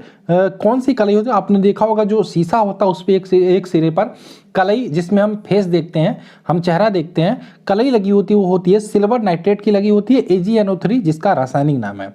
नेक्स्ट बात करें, समतल दर्पण की एक तरफ कोई वेग v वेग से चलता दिखाई देता है तो दर्पण से जो प्रतिबिंब होगी वो उसकी तरफ 2v वेग से यानी कि दोगुनी गति से आती हुई दिखाई देगी। नेक्स्ट बात करें, नेक्स्ट हमारा क्वेश्चन है गोलीय यदि दो समतल दर्पण थीटा कोण पर झुके हो तो प्रतिबिंबों की संख्या कितनी होगी? ध्यान रखिएगा, ये आपका न्यूमेरिकल लगाने में आपके काम आएगा। तो प्रतिबिंबों की संख्या निकालने के लिए क्या करेंगे हम? 360/θ कर देंगे। थीटा 45 है तो थीटा की जगह पर 45 रख देंगे, थीटा 60 है तो 60 रख देंगे, और यहाँ पे ध्यान रखना यदि सम आए तो माइनस, यानी कि जो आंसर है उसमें से एक घटा देंगे। नेक्स्ट बात करें, गोलीय दर्पण होते हैं तो दो प्रकार के, अवतल दर्पण, उत्तल दर्पण, ठीक है, ये होते हैं गोलीय दर्पण। नेक्स्ट, अवतल दर्पण के उपयोग की बात करें, इंपॉर्टेंट है, सेविंग मिरर में अवतल दर्पण का उपयोग किया जाता है। कान व आंख के नाक के डॉक्टर द्वारा अवतल दर्पण का उपयोग किया जाता है। गाड़ियों के हेडलाइट व सर्च लाइट व सोलर कुकर में किसका उपयोग किया जाता है? अवतल दर्पण का उपयोग किया जाता है। नेक्स्ट, उत्तल दर्पण का उपयोग की बात करें तो गाड़ियों के पार्श्व लाइट के दर्पण के रूप में, सोडियम परावर्तक के रूप में, गाड़ियों के स्ट्रीट लाइट परावर्तन के रूप में उत्तल दर्पण का उपयोग किया जाता है। नेक्स्ट, लेंस की क्षमता कैसे मापी जाती है? डायोप्टर में। पानी में हवा का बुलबुला कार्य करता है, उत्तल लेंस की भांति कार्य करता है। नेक्स्ट, उत्तल लेंस का क्या उपयोग होता है? तो उत्तल लेंस की बात करें, सूक्ष्मदर्शी, कैमरा, दूर दृष्टि दोष वाले व्यक्ति के चश्मे में उत्तल लेंस का उपयोग किया जाता है। नेक्स्ट, अवतल लेंस का उपयोग होता है, तो अवतल लेंस की बात करें, गैलीलियो दूरदर्शी के नेत्रिका तथा निकट दृष्टि दोष वाले व्यक्ति में अवतल लेंस का उपयोग किया जाता है। नेक्स्ट बात करें, प्राथमिक रंग किसे कहते हैं? तो प्राथमिक रंग की बात करें, लाल, हरा व नीले रंग को हम प्राथमिक रंग बोलते हैं। नेक्स्ट, द्वितीयक रंग किसे बोलते हैं? पीला, मैजेंटा और पिकाक नीला को हम द्वितीयक रंग बोलते हैं। जब दो रंगों को परस्पर मिलाने पे श्वेत प्रकाश उत्पन्न हो तो उसे क्या बोलते हैं? तो उन दोनों रंगों को पूरक रंग बोलते हैं। नेक्स्ट, प्रकाश की कणिका सिद्धांत को किसने दिया था? न्यूटन ने दिया था। प्रकाश के तरंग सिद्धांत को किसने दिया था? हाइगेंस ने दिया था। और प्रकाश विद्युत सिद्धांत को किसने दिया था? आइंस्टीन ने दिया था। प्रकाश के व्यतिकरण सिद्धांत को किसने दिया था? यंग ने। और प्रकाश के क्वांटम सिद्धांत को दिया था प्लांक ने। प्रकाश सजावट तथा विज्ञान के लिए विसर्जन नलिकाओं में कौन सी गैस प्रयोग की जाती है? तो नियोन गैस प्रयुक्त की जाती है। नेक्स्ट, किसी वस्तु के त्रिविमीय यानी कि 3D प्रतिरूप के अंकित अथवा पुनरावृत्ति करने की तकनीक का क्या नाम है? होलोग्राफी। नेक्स्ट बात करें, प्रकाश का रंग निर्धारित होता है तरंगदैर्ध्य से। सबसे ज्यादा तरंगदैर्ध्य होती है लाल रंग की, और ट्रैफिक सिग्नल में लाल रंग प्रयुक्त होने का क्या कारण होता है? क्योंकि लाल रंग का तरंगदैर्ध्य अधिक होता है और वह हमें दूर से दिखाई दे जाता है। नेक्स्ट बात करें, आंख के रेटिना की परंपरागत कैमरे के किस भाग से तुलना की जा सकती है? तो फिल्म से की जा सकती है। नेक्स्ट बात करें, किसी वस्तु का प्रतिबिंब मनुष्य के आंख पर बनता है, किस पर बनता है? रेटिना पर बनता है। नेक्स्ट बात करें, एक रंगीन, देखो रेटिना पर जो प्रतिबिंब बनता है ना वो कैसा होता है? वो होता है आपका वास्तविक तथा उल्टा। नेक्स्ट, एक रंगीन टेलीविजन 3 आधारभूत रंगों के मिश्रण से बनता है, तो इसमें जो प्राथमिक रंग होते हैं लाल, हरा, नीला, वही रंग होते हैं। ठीक, अस्पष्ट दृष्टि की न्यूनतम दूरी होती है 25 सेंटीमीटर। निकट दृष्टि दोष को मायोपिया भी बोलते हैं, में कौन सा लेंस लगाया जाता है निवारण हेतु? तो अवतल लेंस प्रयोग किया जाता है। दूर दृष्टि दोष की बात करें, इसको क्या बोलते हैं? हाइपरमेट्रोपिया। ठीक है, तो इसमें कौन से लेंस का प्रयोग किया जाता है? उत्तल लेंस का प्रयोग किया जाता है। नेक्स्ट बात करें, आंख की रेटिना पर प्रतिबिंब बनता है तो वास्तविक व उल्टा बनता है। दूर दृष्टि दोष वाले व्यक्ति पर प्रतिबिंब बनता है तो दूर दृष्टि दोष अगर जो आपको है तो आपका प्रतिबिंब रेटिना के पीछे बनेगा। नेक्स्ट बात करें, सर सीवी रमन को किस कार्य के लिए नोबेल प्राइज मिला था? ध्यान रखना, सर सीवी रमन को जो नोबेल प्राइज मिला था वह प्रकाश के प्रकीर्णन के अध्ययन के लिए उनको नोबेल प्राइज दिया गया था। आगे चलें, स्थिर वैद्युत या विद्युत धारा वाले क्वेश्चंस को डिस्कस कर लेते हैं। चालक किसे कहते हैं? चालक जिन पदार्थ से होकर विद्युत आवेश प्रवाहित होता है उन्हें हम बोलते हैं चालक। जैसे तांबा, चांदी, एल्युमिनियम। अगर जो पूछा जाए सबसे विद्युत का सबसे अच्छा चालक कौन सा होता है तो चांदी होता है। चूंकि चांदी महंगा होता है इसलिए हम तांबे का प्रयोग करते हैं। नेक्स्ट बात करें, अचालक या नॉन कंडक्टर। जिन पदार्थों से होकर आवेश का प्रवाह नहीं होता उन्हें अचालक कहते हैं, जैसे लकड़ी, रबड़, कागज आदि। नेक्स्ट, विद्युत ऊर्जा से ऊर्जा परावर्तित होती है रासायनिक ऊर्जा को विद्युत ऊर्जा में। ठीक, नेक्स्ट बात करें, लेक्वांसी सेल प्रयोग होता है। तो लेक्वांसी सेल की बात करें, विद्युत घंटी में, टेलीफोन आदि में प्रयुक्त होता है। ये ऐसे जगहों पे प्रयोग की जाती है जहां पे रुक रुक के ऊर्जा देने का कार्य होता है। नेक्स्ट बात करें, लेक्वांसी सेल में होता है, लेक्वांसी सेल की बात करें, लेक्वांसी सेल की बात करें, इसमें कार्बन का छड़ होता है जो एनोड के रूप में कार्य करती है, जस्ते का छड़ होता है जो कैथोड के रूप में कार्य करती है, तथा जो लिक्विड होता है वो अमोनियम क्लोराइड होता है। ठीक, लेक्वांसी सेल का विद्युत वाहक बल कितना होता है? ईएमएफ की बात करें 1.5 वोल्ट होता है। चालक में विद्युत आवेश प्रवाह की दर को क्या बोलते हैं? विद्युत धारा बोलते हैं। विद्युत धारा का एसआई मात्रक क्या होता है? एम्पियर होता है। नेक्स्ट, प्रतिरोध या रेजिस्टेंस का एसआई मात्रक होता है ओम। आगे चलें, ओम का नियम होता है, तो ओम का नियम की बात करें, V बराबर RI होता है, जहां V वोल्ट होता है, R एक नियतांक होता है और I एक धारा होती है। नेक्स्ट, प्रतिरोधों का संयोजन की बात करें, दो प्रकार के प्रतिरोधों का संयोजन होता है, एक तो श्रेणी क्रम होता है, एक समांतर क्रम होता है। श्रेणी क्रम की बात करें, श्रेणी क्रम के संयोजन में R बराबर R1 plus R2 plus R3 ये होता है। ध्यान रखिएगा, ये आपके न्यूमेरिकल लगाने में काम आएंगे। नेक्स्ट बात करें, जो समांतर क्रम में संयोजन होते हैं उनका समतुल्य प्रतिरोध की बात करें तो 1/RE बराबर 1/R1 प्लस 1/R2 इस प्रकार से होता है। नेक्स्ट, विद्युत परिपथ में ऊर्जा का क्षय होने की दर को क्या बोलते हैं? विद्युत शक्ति बोलते हैं। आगे चले, विद्युत शक्ति का एसआई मात्रक होता है वाट। 1 किलोवाट घंटा का मात्रक अर्थात अथवा यूनिट, 1 किलोवाट घंटा मात्रक अथवा यूनिट बराबर होता है वोल्ट गुणे एम्पियर गुणे घंटा बटे 1000। ये आपका न्यूमेरिकल लगाने में काम आएगा, या वाट गुणे घंटा बटे आपका क्या हो जाएगा 1000। अमीटर यंत्र काम आता है, तो अमीटर की बात करें विद्युत धारा मापने में काम आता है। विद्युत बल्ब का फिलामेंट बना होता है टंगस्टन का। जलते हुए बल्ब के तंतु या फिलामेंट के ताप कितना होता है? 1500 से 2500 डिग्री सेल्सियस। नेक्स्ट बात करें, फिलामेंट के रूप में टंगस्टन का प्रयोग होता है क्योंकि यह उच्च गलनांक का होता है और क्वथनांक तथा उच्च प्रतिरोध इसमें होता है। नेक्स्ट बात करें, विद्युत बल्ब में गैस भरी जाती है तो निष्क्रिय गैसें भरी जाती है जैसे आर्गन, नाइट्रोजन, हीलियम, नियान। नेक्स्ट बात करें, घरेलू उपभोक्ताओं को किस वोल्टता की धारा प्राप्त होती है? 220 वोल्ट। नेक्स्ट, बल्ब में निष्क्रिय गैस ही क्यों भरी जाती है? क्योंकि निष्क्रिय गैसों के अभाव में तंतु वाष्पित हो सकता है। नेक्स्ट बात करें, फ्यूज तार का गलनांक होता है तो कम होता है। ट्रांसफार्मर का कार्य क्या होता है? ट्रांसफार्मर का कार्य होता है प्रत्यावर्ती एसी को कम या ज़्यादा करना। ठीक, एसी को डीसी में बदलता है रेक्टिफायर। नेक्स्ट, सौर सेल बनाने में प्रयुक्त धातु होती है सिलिकॉन, बहुत इंपॉर्टेंट होती है सिलिकॉन, जो सोलर प्लेट होती है उसको बनाने में उपयोग की जाती है। आदर्श वोल्ट मीटर का प्रतिरोध होता है अनंत। हीटर का तार किसका बना होता है? नाइक्रोम का। विद्युत धारिता का मात्रक है फैराडे। आगे चले, फ्यूज का तार किसका बना होता है? शीशे व टिन की मिश्र धातु का। किसमें विद्युत धारा की दिशा ज्ञात की जा सकती है? गैल्वेनोमीटर के द्वारा। खोखले चालक का आवेश होता है 0। विद्युत मोटर का कार्य है विद्युत ऊर्जा को यांत्रिक ऊर्जा में बदलना, और आदर्श अमीटर का प्रतिरोध होता है 0। CFL की बात करें, पूरा नाम क्या होता है? कॉम्पैक्ट फ्लोरोसेंट लैंप, इसका पूरा नाम ध्यान रखिएगा। घरों में उपयोग की जाती है। लेजर की बात करें, लेजर का पूरा नाम light amplification by stimulated emission of radiation. Laser के उपयोग की बात करें, आंखों के शल्य चिकित्सा में, नाभिकीय संलयन में, होलोग्राफी तकनीक में यूज होता है। 1 किलोवाट घंटा का मान होता है, तो ध्यान रखिएगा बहुत इंपॉर्टेंट है, 3.6 × 10⁻⁶ जूल होता है। घरेलू परिपथों में तारों का संयोजन होता है समांतर क्रम में। आगे चले, आगे है चुंबकत्व वाला चैप्टर देख लेते हैं। प्राकृतिक चुंबक होता है तो लोहे का ऑक्साइड जो होता है Fe3O4, ये एक प्रकार का प्राकृतिक चुंबक होता है। कृत्रिम चुंबक किससे बनाया जाता है? तो लोहा, इस्पात, कोबाल्ट आदि से कृत्रिम चुंबक बनाया जाता है। चुंबक को क्षैतिज लटकाने पर वह ठहरती है हमेशा उत्तर दक्षिण दिशा में। नेक्स्ट बात करें, चुंबकीय क्षेत्र की तीव्रता का मात्रक होता है न्यूटन प्रति एम्पियर मीटर अथवा वेबर प्रति मीटर स्क्वायर, या टेस्ला भी हम प्रयोग करते हैं। लौह चुंबकीय पदार्थ का उदाहरण है तो लोहा, निकेल, कोबाल्ट, इस्पात आदि लौह चुंबकीय पदार्थ के उदाहरण होते हैं।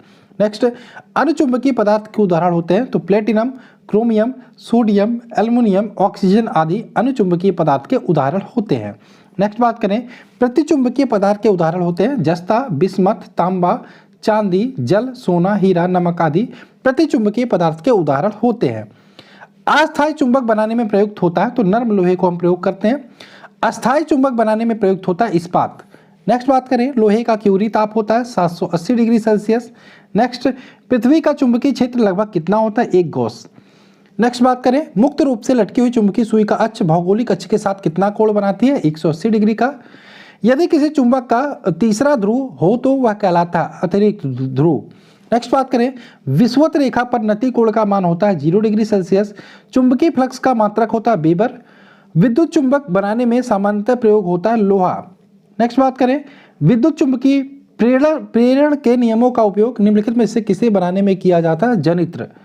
नेक्स्ट, एक लंबी धारावाही कुंडली कहलाती है परिनालिका। ध्रुवों पर नमन कोण का मान होता है 900। नेक्स्ट बात करें, चुंबकीय क्षेत्र की तीव्रता कैसी राशि है? सदिश राशि है। आगे चलें, आगे हम आते हैं परमाणु भौतिकी के कुछ क्वेश्चन देख लेते हैं। परमाणु मुख्यतः बना होता है किसका बना होता है? इलेक्ट्रॉन, प्रोटॉन व न्यूट्रॉन से। परमाणु के नाभिक में होते हैं प्रोटॉन व न्यूट्रॉन। परमाणु कैसा कण है? एक प्रकार का उदासीन कण होता है।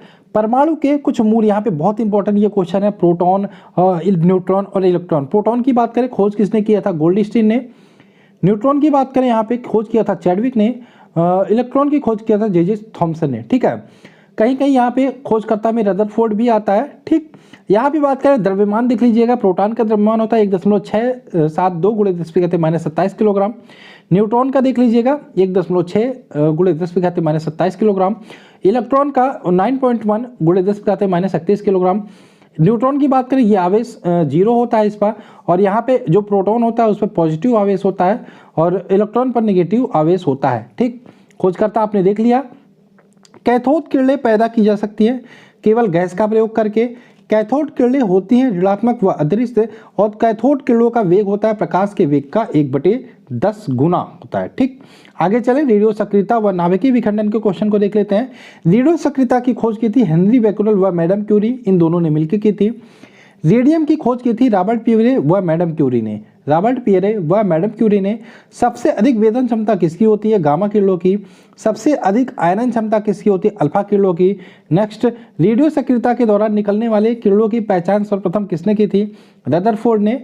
द्रव्यमान ऊर्जा समीकरण किसने दिया था? आइंस्टीन ने। और द्रव्यमान ऊर्जा समीकरण की बात करें, E = mc² होता है, जहाँ m द्रव्यमान, c प्रकाश का वेग होता है। आइंस्टीन को नोबेल प्राइज मिला था 1921 में। सर्वप्रथम नाभिकीय विखंडन किसने दिया था? तो स्ट्रॉसमैन और हॉर्न ने। रिएक्टर में ईंधन के रूप में प्रयोग होता है यूरेनियम 235 और प्लूटोनियम 239। रिएक्टर में मंदक के रूप में प्रयोग होता है भारी जल या ग्रेफाइट। नेक्स्ट, रिएक्टर में निरंतक छड़ के रूप में प्रयोग करते हैं कैडमियम या बोरान की छड़। नाभिकीय रिएक्टर के उपयोग की बात करें तो नाभिकीय ऊर्जा से विद्युत ऊर्जा प्राप्त करने में इसका उपयोग किया जाता है। नाभिकीय संलयन के उदाहरण होते हैं सूर्य एवं तारों से प्राप्त ऊर्जा एवं प्रकाश के स्रोत में। रेडियो सक्रियता की इकाई क्या होती है? क्यूरी। रेडियोधर्मी पदार्थ उत्सर्जित होता है अल्फा, बीटा और गामा कण उत्सर्जित करता है। ठीक, अल्फा, बीटा और गामा कणों की खोज की थी रदरफोर्ड ने। आगे चलें, अब आते हैं यहाँ पे प्रमुख भौतिक संबंधी खोजों के बारे में देख लेते हैं किसने किया था। बहुत इंपॉर्टेंट है अब ये वाले टॉपिक। इलेक्ट्रॉन की बात करें जे थॉमसन ने। न्यूट्रॉन चैडविक ने।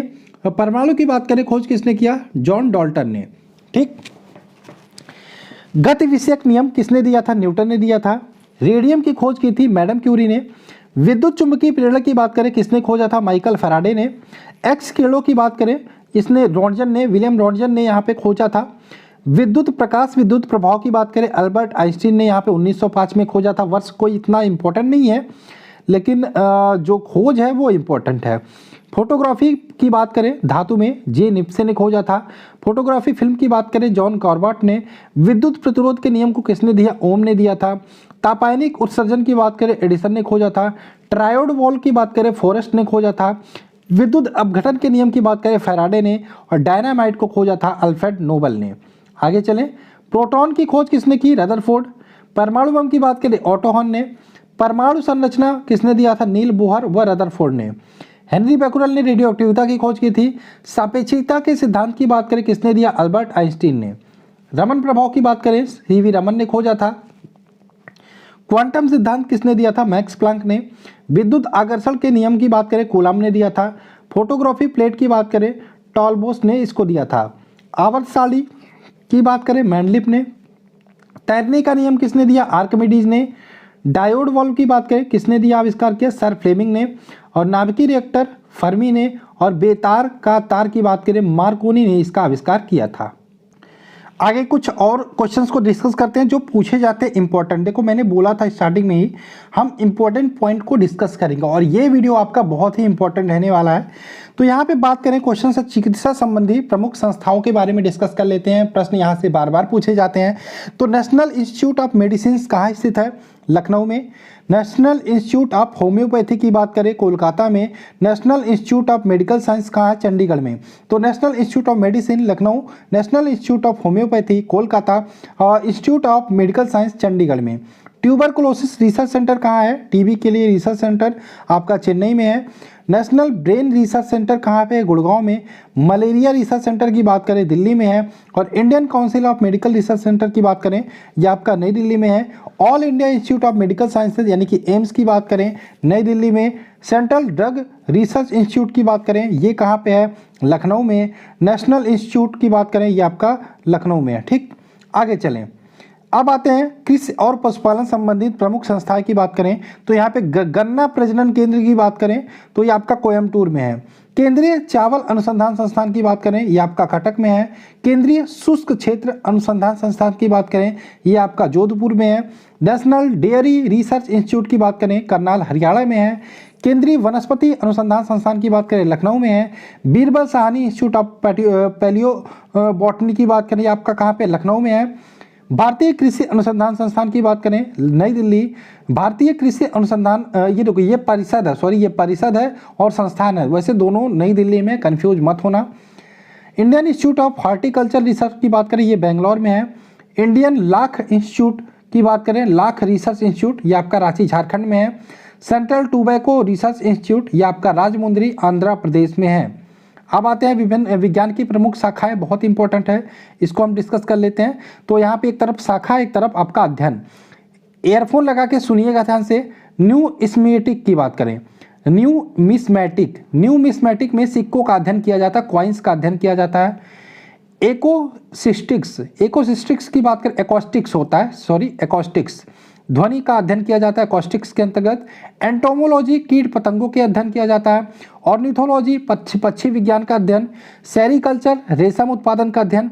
एपीकल्चर मधुमक्खी पालन का अध्ययन। हार्टिकल्चर पुष्प व फलों के अध्ययन। यहाँ पे बात करें माइकोलॉजी के अध्ययन के अंतर्गत कवकों का अध्ययन। एंथ्रोपोलॉजी के अंतर्गत मानव विकास का अध्ययन। एस्ट्रोनॉमी के अंतर्गत खगोलीय पिंडों का अध्ययन। बैक्टीरियोलॉजी के अंतर्गत जीवाणुओं का अध्ययन। क्रोमेटोलॉजी के अंतर्गत फूलों के रंगों का अध्ययन। कॉर्मोग्राफी के अध्ययन अंतर्गत नक्शा बनाने की कला का अध्ययन किया जाता है। डर्मेटोलॉजी त्वचा रोगों का अध्ययन किया जाता है डर्मेटोलॉजी के अंतर्गत। इथोलॉजी के अंतर्गत बात करें जीवों के प्रजातियों व गुणों का अध्ययन। और ओनिरोलॉजी के अंतर्गत स्वप्नों का अध्ययन। जीनेटिक्स के अंतर्गत वंशानुगत गुण का अध्ययन। कॉस्मोलॉजी के अंतर्गत समस्त ब्रह्मांड का अध्ययन। और नेफ्रोलॉजी के अंतर्गत किया जाता है गुर्दा का अध्ययन। न्यूरोलॉजी के अंतर्गत मस्तिष्क के रोगों का अध्ययन। पोमोलॉजी फलों का अध्ययन करते हैं, इसके अंतर्गत वायरोलॉजी का बात करें वायरस का अध्ययन किया जाता है। पीसी कल्चर के अंतर्गत मत्स्य पालन कला का अध्ययन किया जाता है।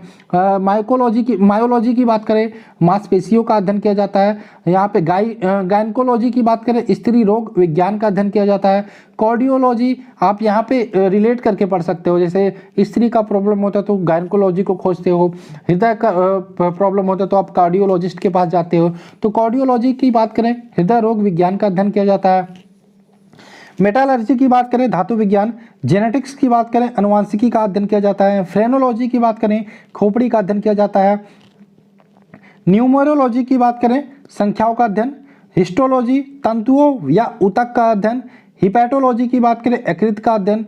लिथोग्राफी की बात करें सिलाई या पत्थर का अध्ययन। ऑटोलॉजी कान का अध्ययन। न्यूमेटिक्स की बात करें गैसों का अध्ययन। फोटोलॉजी की बात करें प्रकाश का अध्ययन। रेडियोलॉजी की बात करें तो एक्स किरणों का अध्ययन। जुकेमी की बात करें तो पशु रसायन का अध्ययन। वीडी कल्चर में अंगूरों के उत्पादन का अध्ययन किया जाता है। वर्मी कल्चर केचुआ पालन। फाइकोलॉजी का संबंध किससे? शैवालों के अध्ययन से। साइटोलॉजी जीव कोशिका का अध्ययन से। एंथोलॉजी की बात करें पुष्पे के अध्ययन को एंथोलॉजी कहते हैं। अब बात करें फसली पादपों के अध्ययन को क्या बोलते हैं? एग्रोनॉमी। सौंदर्य का अध्ययन को बोलते हैं कैलोलॉजी। नेक्स्ट समस्त ब्रह्मांड का अध्ययन की बात करें कॉस्मोलॉजी। शब्दों तथा वाक्यों के अध्ययन को बोलते हैं सीमेटिक्स। और मृदा का अध्ययन मिट्टी का अध्ययन को बोलते हैं पेडोलॉजी। ये प्रमुख आविष्कार एवं आविष्कारक के बारे में देख लेते हैं। ठीक है, एक तरफ आविष्कार है, एक तरफ आविष्कारक है। तो क्वांटम सिद्धांत का आविष्कार किया था मैक्स प्लैंक ने। कैलकुलेटर का पास्कल ने किया था। क्लोरोफॉर्म का बात करें जेम्स हैरिसन ने। टेलीग्राफ का आविष्कार किया था मार्कोनी ने। टेलीविजन आपका पता होगा जेल बेयर्ड ने किया था। टेलीफोन का आविष्कार किया था कितने, ग्राहम बेल ने। ठीक, टेलीस्कोप का गैलीलियो ने। ट्रांजिस्टर की बात करें विलियम साल्क ने। डायनमो का आविष्कार किया था माइकल फैराडे ने। पेनिसिलिन की बात करें ए फ्लेमिंग ने पेनिसिलिन का आविष्कार किया था। परमाणु बम की बात करें ऑटो हॉर्न ने खोजा था। रेडियो एक्टिविटी हेनरी बेक्वेल ने खोजा था। रेडियम की खोज मैडम क्यूरी ने की थी। रेडियो की बात करें मार्कोनी ने। रक्त परिवहन की खोज विलियम हार्वे ने किया था। भाप इंजन जेम्स वाट ने। रडार की बात करें टेलर एवं यंग ने रडार की खोज की थी। गन पाउडर रोजर बेकर ने किया था। छपाई कला का अध्ययन गुटेनबर्ग ने।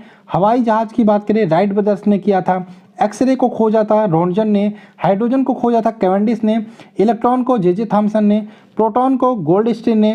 न्यूट्रॉन को चैडविक ने। नाभिक को किसने खोजा था, रदरफोर्ड ने। परमाणु संख्या की बात करें किसने खोजा, मोस्ले ने। परमाणु सिद्धांत की बात करें डाल्टन ने खोजा था, आविष्कार किया था। बैरोमीटर की बात करें टोरिसेली ने। आवर्त का नियम किसने दिया था, सर्वप्रथम मैंडलीफ ने। डायनामाइट की खोज की अल्फ्रेड नोबल ने। सापेक्षिकता का सिद्धांत की बात करें आइंस्टीन ने। Microscope Johnson. रक्त परिवहन की खोज की थी किसने की थी, लैंडस्टीनर ने। इंसुलिन की खोज बैटिंग ने। पोलियो के टीका जॉन इस सॉल्क ने खोजा था। बेतार का तार मार्कोनी ने। जेट इंजन को फ्रैंक हिटल ने। रडार को अल्बर्ट टेलर ने। प्रिंटिंग प्रेस की बात करें जॉन गुटेनबर्ग ने। आगे चले, माइक्रोस्कोप की बात करें जेड जॉनसन ने। प्रेशर कुकर को किसने खोजा था, डेनिस पेपी ने। कॉस्मिक किल्ड की बात करें विक्टर हेस ने। टेलीस्कोप हैंस लैप्रेसी ने। एसी मोटर की बात करें निकोला टेस्ला ने खोजा था। क्रोनोमीटर की बात करें जॉन हैरिसन इसके आविष्कारक थे। अब यहाँ पे कुछ और उपकरण है, इनके कार्य देख लेते हैं। अल्टीमीटर की बात करें ऊंचाई मापा जाता है। बैरोमीटर से वायुमंडलीय दाब मापा जाता है। कार्डियोग्राम से हृदय की गति। हाइड्रोमीटर की बात करें द्रव का अपेक्षिक घनत्व मापने के काम आता है। मैनोमीटर गैसों के दाब मापने के काम आता है। रेन गेज वर्षा को मापा जाता है, कितना वर्षा हुआ। रिएक्टर स्केल से भूकंप की तीव्रता मापी जाती है। लैक्टोमीटर से दूध की शुद्धता। फैदोमीटर की बात करें समुद्र की गहराई मापी जाती है। एनीमोमीटर से बात करें हवा की शक्ति तथा गति मापी जाती है। हाइग्रोमीटर की बात करें वायुमंडल की आर्द्रता मापने के काम आती है। सिस्मोग्राफ भूकंप मापी यंत्र होता है। सेक्सटेंट की बात करें यह आकाशीय पिंड की कोणीय दूरी की मापी जाती है इससे। ठीक, अमीटर की बात करें विद्युत धारा की माप की जाती है। ओडोमीटर की बात करें पहियों द्वारा तय की गई दूरी मापी जाती है। कैस्कोग्राफ की बात करें पौधों की वृद्धि मापी जाती है इससे। नेक्स्ट, गैल्वेनोमीटर की बात करें विद्युत धारा की प्रबलता मापने की काम आती है। सिस्फोमेनोमीटर की बात करें रक्त दाब मापने की काम आती है। स्फिग्नोमेनोमीटर। पायरोमीटर की बात करें उच्च ताप मापी जाती है। हाइड्रोफोन की बात करें पानी में ध्वनि की मापी जाती है इससे। टैकोमीटर वायुयान तथा मोटर बोटों की गति मापने की काम आती है। थर्मोस्टेट की बात करें ताप को नियंत्रित करने के काम आती है। गायरोस्कोप की बात करें घूमती वस्तु को गति मापने के काम आती है। स्टेथोस्कोप की बात करें हृदय और फेफड़े की गति सुनने में काम आती है। डायलिसिस की बात करें गुर्दे खराब होने की अवस्था में रक्त शोधन में, रक्त के शुद्धिकरण में डायलिसिस की प्रक्रिया काम आती है। रेडिएटर की बात करें वाहनों के इंजन को ठंडा रखने में काम आती है। जाइलोफोन ध्वनि उत्पादन में इसका उपयोग किया जाता है। पिपेट की बात करें, पिपेट यहाँ पे द्रव की निश्चित मात्रा मापने में यह काम आता है। पेसमेकर हृदय स्पंदन में। क्रोमोमीटर की बात करें जलयानों का सही समय का पता लगाने में। नेक्स्ट बात करें सही पता लगाने में क्रोमोमीटर का उपयोग किया जाता है। साइट्रोटन की बात करें कृत्रिम मौसम का निर्माण उपयोग करने में यह किया जाता है। पाइकोमीटर दूर की वस्तु का ताप मापने में पाइकोमीटर का उपयोग किया जाता है। स्ट्रोबोस्कोप की बात करें आवर्तित गति कर रही वस्तुओं का वेग मापने में स्ट्रोबोस्कोप का प्रयोग किया जाता है। डिक्टाफोन की बात करें तो बातचीत रिकॉर्ड करने तथा पुनः सुनने में डिक्टाफोन का उपयोग किया जाता है। एक्यूमुलेटर की बात करें विद्युत ऊर्जा संग्रह करने में। कंप्यूटरेट की बात करें विद्युत धारा की दिशा बदलने में। ओडोमीटर की बात करें गाड़ी द्वारा तय की गई दूरी अभिलिखित करने में ओडोमीटर का उपयोग किया जाता है। कार्ब्यूरेटर की बात करें इंजन में पेट्रोल व वायु के निश्चित भाग मिलाने में कार्ब्यूरेटर का उपयोग किया जाता है। ग्रेवोमीटर की बात करें जल में उपस्थित तेल क्षेत्रों का पता लगाने में ग्रेवोमीटर का उपयोग किया जाता है। अब ये वाला है चिकित्सा संबंधी प्रमुख खोजें, इसको भी हम कर लेते हैं। डायबिटीज़ की खोज की थी, डायबिटीज़ के टीके की खोज बेंटिंग ने की थी। आरएनए की खोज किसने की थी? जेम्स वाटसन तथा आर्थर अर्ग ने। डीएनए की खोज की थी जेम्स वाटसन तथा क्रिक ने। गर्भ निरोधक गोलियों की खोज की थी पिनकस ने। रक्त ट्रांसफ्यूजन की खोज की थी कार्ल लैंडस्टीनर ने। इंसुलिन की खोज की थी बैटिंग तथा वेस्ट ने। हैजा के टीके की खोज की थी रॉबर्ट कोच ने। टीबी के टीके की खोज की थी कीटाणु की खोज रॉबर्ट कोच ने। मलेरिया की कीटाणु की खोज की थी रोनाल्ड रॉस ने। टाइफाइड की कीटाणु की खोज की थी इवर्थ ने। पेचिस एवं प्लेग के कीटाणु की खोज की कीटाजारो ने। ठीक, चेचक के टीके को खोजा था एडवर्ड जेनर ने। बीसीजी के टीके को खोजा था यूरिन कामेट ने। कालाजार बुखार की बात करें यूएन ब्रह्मचारी। हृदय प्रत्यारोपण को सर्वप्रथम किसने किया? क्रिश्चियन बर्नार्ड ने। और बात करें बेरी रोग की चिकित्सा किसने खोजा था? आइजैक मैन ने। डीडीटी जो टीका है इसको किसने खोजा था? डॉक्टर पॉल मूलर ने। अल्ट्रा किरणों की खोज किसने की थी? पिनमैन ने। आगे चले, जेनेटिक कोड को किसने खोजा था? हरगोविंद खुराना ने। हाइड्रोफोबिया का इलाज लुई पास्चर ने। सल्फा ड्रग्स को बनाया था जी डोमोक ने। सिफिलिस का इलाज किसने खोजा था? पॉल एहलिस ने। पोलियो को टीका को खोजा था जॉन साल्क ने। रक्त परिवहन की खोजकर्ता कौन थे? William Harvey. बैक्टीरिया की खोज किसने की थी? लीवेनहॉक ने। होम्योपैथी चिकित्सा के जनक माने जाते हैं हनीमैन। और एंटीसेप्टिक सर्जरी के जनक माने जाते हैं जोसेफ लिस्टर। नेक्स्ट है क्लोरोफॉर्म की बात करें जेम्स हैरिसन ने खोजा था। स्टेथोस्कोप की बात करें लेनक ने खोजा था। पेनिसिलिन की खोज की थी अलेक्जेंडर फ्लेमिंग ने। एस्पिरिन की खोज की थी ट्रेजर ने। आयरन लंग्स की खोज की थी फिलिप ड्रिंकर ने। स्टेप्सोमाइसिन की बात करें खोजा था वैक्समैन ने। कुष्ठ रोग की जीवाणु की खोजा था हंसन ने। कीटाणु सिद्धांत को दिया था सर्वप्रथम लुई पास्चर ने। और डिप्थीरिया रोग को खोजा था यहाँ पे क्लेबज और लोफलर ने। उत्परिवर्तनवाद का सिद्धांत दिया था सर्वप्रथम ह्यूगो डी ब्रिज ने।